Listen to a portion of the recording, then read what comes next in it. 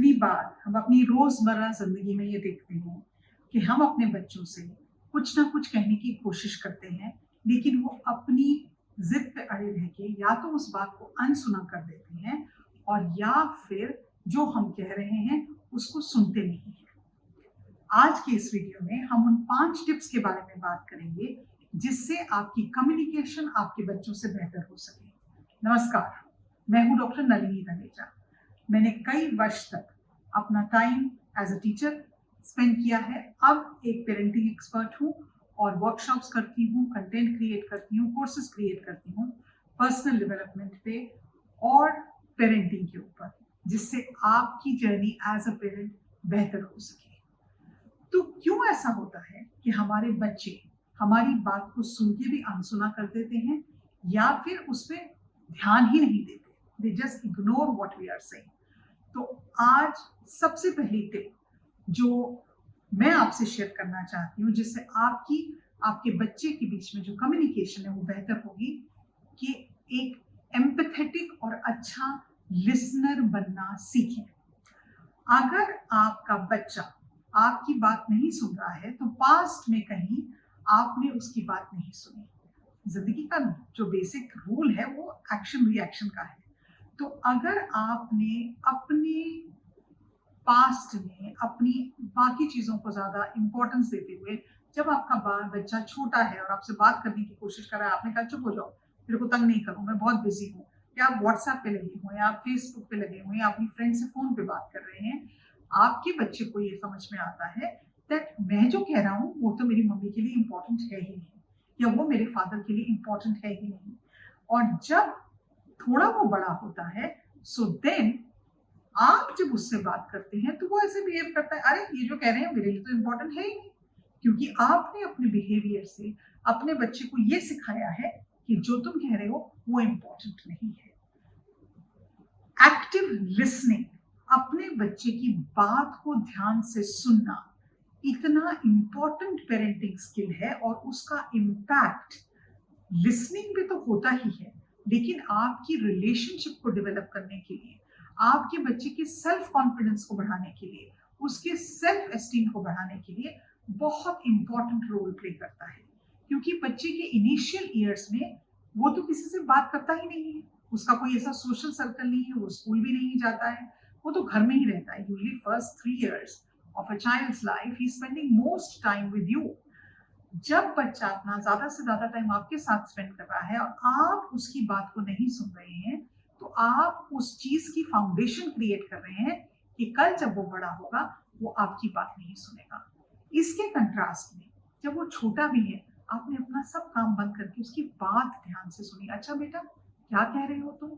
मैंने अपना मोबाइल अलग रख दिया, मैंने टीवी बंद कर दिया, मैंने फोन पे बात करना छोड़ दिया, लेकिन अपनी पूरी वन पॉइंटेड अटेंशन से अपने बच्चे की बात सुनी। तो बच्चे को ये लगता है कि जो मैं कह रहा हूँ वो मेरे मम्मी पापा के लिए इम्पोर्टेंट है, और कल जब आप उससे बात करेंगे तो उसको ये लगेगा जो ये कह रहे हैं वो मेरे लिए इम्पोर्टेंट है, मुझे उसको सुनना है। दूसरी चीज जो बहुत इंपॉर्टेंट है आपके कम्युनिकेशन स्किल्स को बिल्ड करने के लिए कि आपकी बात बच्चा सुने, आप अपने बच्चे को हर बात पे टोकना बंद कर दें। उसको हर बात पे ये मत जताएं, तुम्हें क्या बताएं, तुमको तो अकल ही नहीं है, तुमने दुनिया देखी है? हमने दुनिया देखी है। अरे आपने जरूर दुनिया देखी है, लेकिन आपको क्या लगता है अगर आप इस भाषा में अपने बच्चे के साथ बात करेंगे तो क्या बच्चा आपसे कुछ शेयर करने की कोशिश करेगा, या मन ही मन में अपनी बातें रखेगा और अपने दोस्तों से बात करेगा, उन लोगों से बात करेगा जो उसको एक सेफ एनवायरनमेंट देते हैं, उसको जज नहीं करते। हो सकता है आपके बच्चे की जो बातें हैं बहुत अकलमंद की बातें नहीं है, अकलमंदी की बातें नहीं है, वो इसलिए नहीं है क्योंकि वो बच्चा है, उसको जिंदगी का एक्सपीरियंस नहीं है। इसलिए अगर वो आके आपसे कुछ शेयर करता है तो उसका मजाक उड़ाना या उसको कहना तुमको अकल ही नहीं है या उसको जज करना, इसमें आप उसके कॉन्फिडेंस को बिल्कुल तोड़ते हैं और आप उस अपने बिहेवियर से उसको ये जता रहे हैं, भैया तुमको तो एक ढेले की अकल है नहीं, तुमको तो कुछ आता नहीं है, तुमको तो कुछ पता नहीं है, हमें सब पता है, इसलिए तुम चुप कर जाओ, बेटर इसी में। ऐसा करने से बच्चा अपना ट्रस्ट आपके अंदर खो देता है। उसको ये लगता है ये इतने सारी अकल है, इनको इतने अकलमंद है, तो मैं तो पागल हूँ, मैं तो बेवकूफ हूँ, क्योंकि यही मुझको सारा टाइम कहते हैं। तो इसलिए तो बेहतर ये है, क्योंकि क्योंकि मैं बेवकूफ़ हूँ, मैं तो पागल हूँ, मेरी बात की कोई इम्पोर्टेंस नहीं है, मुझे इनसे अपनी बात शेयर ही नहीं करनी चाहिए। This can be very detrimental also to the mental health of the child.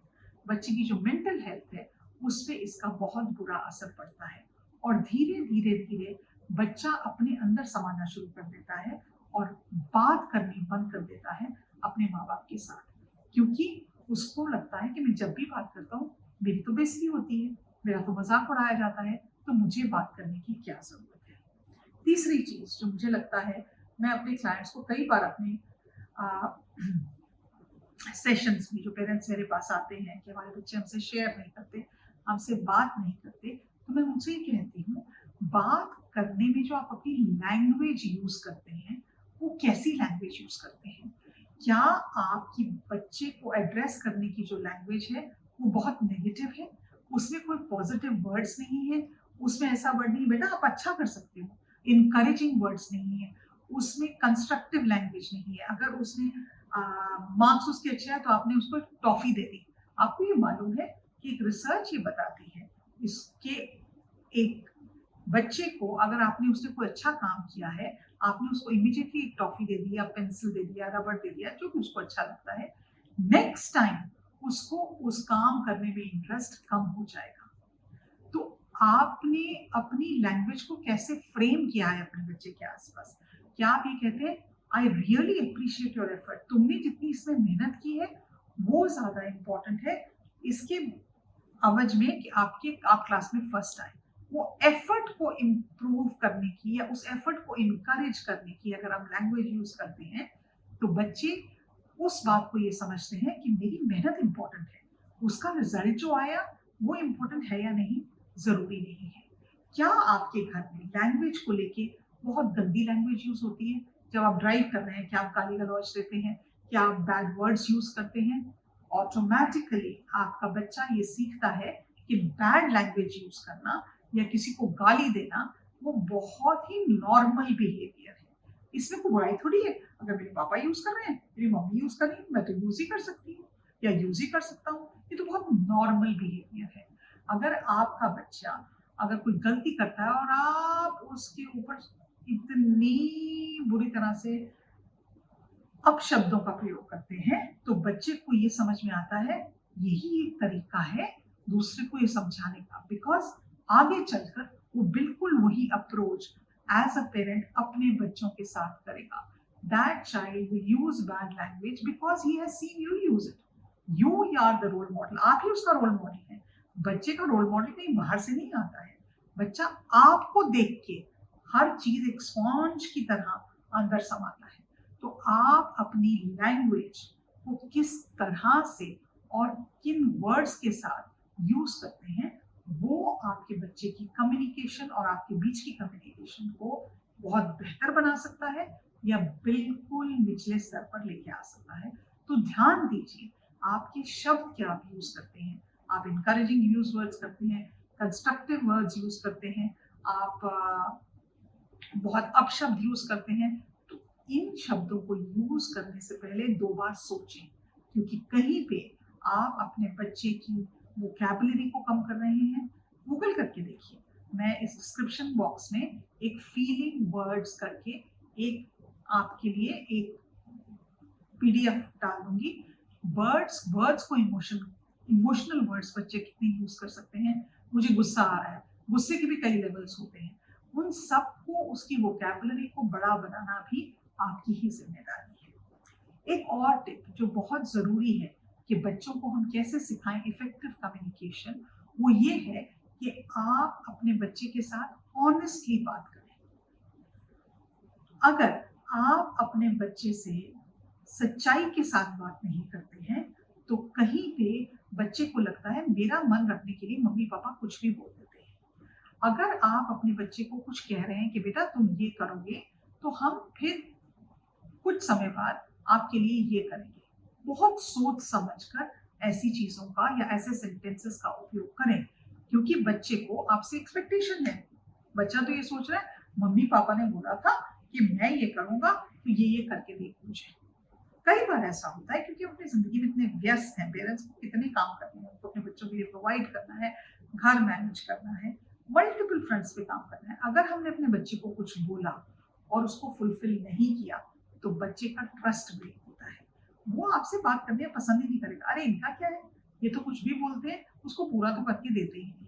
तो इससे पहले कि आप अपने बच्चे को कुछ कहें, प्रॉमिस करें that this is what I will do for you. This is what I will provide for you. If you do this, अगर मैं ये आप ये करोगे तो मैं ये करके दूंगी। अगर आप उस चीज को फुलफिल नहीं कर सकते तो उसके बारे में मत बात करें, क्योंकि अगर आप उसके बारे में बात करेंगे तो बच्चे का आप पे भरोसा उठ जाएगा, बिकॉज वो समझेगा मेरे मम्मी पापा तो कभी अपना प्रॉमिस फुलफिल ही नहीं करते। एक और बहुत जरूरी चीज, जब हम अपने बच्चों से बात करें तो उनको रिस्पेक्ट दें। कहते हैं मेरी झाई जी, मेरे पापा की नानी, वही कहती थी कि जिंदगी में हम जिस भी चीज की इज्जत करेंगे ना, वो हमारी इज्जत करता है। तो हम छोटे थे, हमें समझ में नहीं आता था झाई जी क्या कह रहे हैं। हम कहते थे झाई जी आप ये क्या बात कर रहे हो, हमें तो समझ में नहीं आती। तो वो समझाते थे कि बेटा देखो, अगर मैंने अपने कपड़े, वो सफेद सलवार कमीज पहनते थे और सिर ढकते थे और दुपट्टा लेते थे, कहते अगर मैंने अपना दुपट्टा उतार के तय करके रखा है ना, तो कल जब सुबह मैं इस दुपट्टे को फिर से ओढ़ूंगी ना, तो दुपट्टा मुझे इज्जत देगा। तो मैं जिस जिंदगी में जिस भी चीज को इज्जत देती हूँ ना, वो मेरी इज्जत वापस करता है।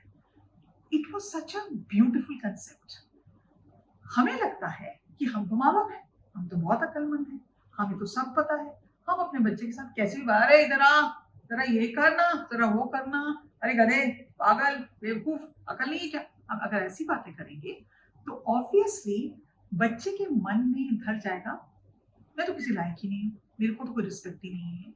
लेकिन अगर हम बच्चों से, कई पेरेंट्स को मैंने देखा है, मैं टीचर थी बहुत सालों तक, मैं हमेशा देखती थी कुछ पेरेंट्स, इक्का दुक्का पेरेंट्स ऐसे आते थे जो अपने बच्चों से, और बेटा what do you think about it, आपको इस चीज के बारे में क्या लगता है, आप कह के अपने बच्चों को एड्रेस करते थे। आप तमीज से उनकी रिस्पेक्ट करते हुए, एज एन इंडिविजुअल, बच्चा है, उम्र में कम है, एक्सपीरियंस कम है, लेकिन as an individual human being तो है, एक इंसान तो है, तो इंसान के तौर पे हम उससे कैसे बात करेंगे। और एक चीज देखने में आती है मेरी बहुत सारी मेंटरिंग एंड कोचिंग सेक्शंस में, मैं देखती हूँ कई बार मेरे क्लाइंट्स जो हैं, हम जो बाहर वाले लोग होते हैं ना, उनके सामने बहुत अच्छी तरह से बात करते हैं, और आपका बताइए, आप कब आए, कैसे आए, आपका कैसे ट्रिप रहा। जब हमारे घर वाले लोग होते हैं, उनके साथ हम बहुत झुंझला के बात करते हैं। कितनी आयरनी की बात है ना, कि जो लोग हमारी जिंदगी में सबसे इम्पोर्टेंट हैं, उनको तो हम ऐसे ट्रीट करते हैं जैसे कि बिल्कुल दूध में मक्खी, ये क्या है, ये तो किसी लायक ही नहीं है।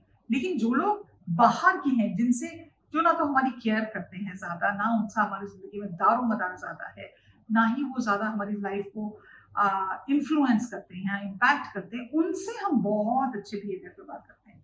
लेकिन घर के जो लोग हैं, हमारे बच्चे स्पेशली, क्योंकि उनकी उम्र कम है, उनको हम डांट सकते हैं, फटकार सकते हैं, उनको हम बिल्कुल ही मतलब ऐसे नकारा कर सकते हैं, उनके साथ हम कोई रिस्पेक्ट नहीं दिखाते हैं।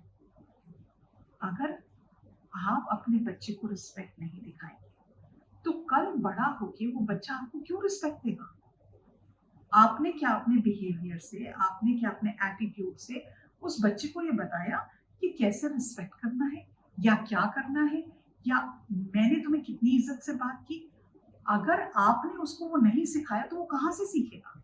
वो तो यही सीखेगा कि मेरे माँ बाप सिर्फ तू मैं करके बात करते हैं मेरे साथ, तो कल जाके जब उसकी अपॉर्चुनिटी आएगी आपसे बात करने की, तो वो बिल्कुल उसी लहजे में आपसे बात करेगा जैसे आपने उससे बात की थी। तो कोशिश ये करें कि अपने बच्चे से जब बात, जब वो कितना छोटा सा बच्चा ही क्यों ना हो, बिल्कुल छोटा सा, मेरे 1 साल का बच्चा हो, 5 महीने का बच्चा हो, कितना भी छोटा बच्चा हो, एक हैबिट बना लें कि आप अपने बच्चे से इज्जत से बात करेंगे। You will treat him with respect. It is very vital for your wellbeing and more importantly for your child's wellbeing. एक और चीज, बाय द वे, अगर अब तक आपको ये कंटेंट अच्छा लग रहा है तो मेरे चैनल को बिल्कुल भी सब्सक्राइब करना मत भूलिए। और मैं ये उम्मीद रखती हूँ कि मैं जो भी वीडियोस बनाती हूँ कहीं ना कहीं आपको हेल्प करे। तो लाइक का बटन और कमेंट्स जरूर दीजिए, आप कैसे वीडियोस देखना चाहते हैं वो भी बताइए। आखिरी और सबसे इम्पोर्टेंट टिप, जब एक परिवार में कई लोग एक साथ रहते हैं तो झगड़ा होना नॉर्मल है। झगड़े को पर्सनली नहीं लेना।